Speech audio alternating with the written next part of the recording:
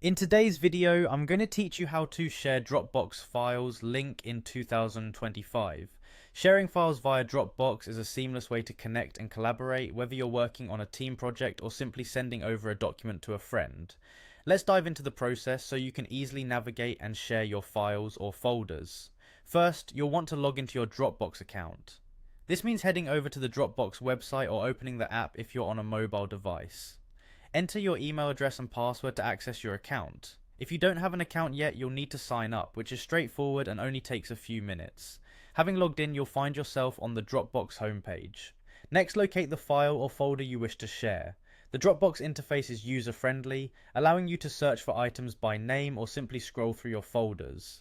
If your account holds a lot of information, there's also a handy search bar at the top to make finding a specific file quicker. Once you've found the desired file or folder, hover your mouse over it and a series of options will appear. One of these will be the Share button. Click on this button to proceed to the sharing options. You'll then see a window that offers various ways you can share this item. To share with specific individuals, click on Add People.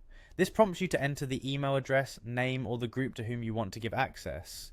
Dropbox allows flexibility here by letting you share with multiple people at once. Once you've input the relevant details, you can decide on their level of access. You'll see options labelled Can Edit or Can View.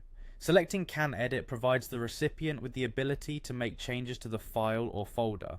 On the other hand, Can View restricts them to viewing only. This option is crucial when dealing with confidential or final draft files that should not be altered. Adding a message can be a polite and helpful gesture, especially if you need to provide context or instructions linked to the files you are sharing. This optional message can be included in the next step. Type a short note if needed to explain why you're sharing the file or any other useful information. Finally, you'll click the Share File or Share Folder button to complete the process. This sends invitations to the people you previously specified, granting them access according to the permissions you set. And that's it. By following these steps, you've now successfully shared a Dropbox link. Sharing files and collaborating has never been easier thanks to Dropbox's intuitive and streamlined interface. I hope you found this guide helpful, and happy sharing.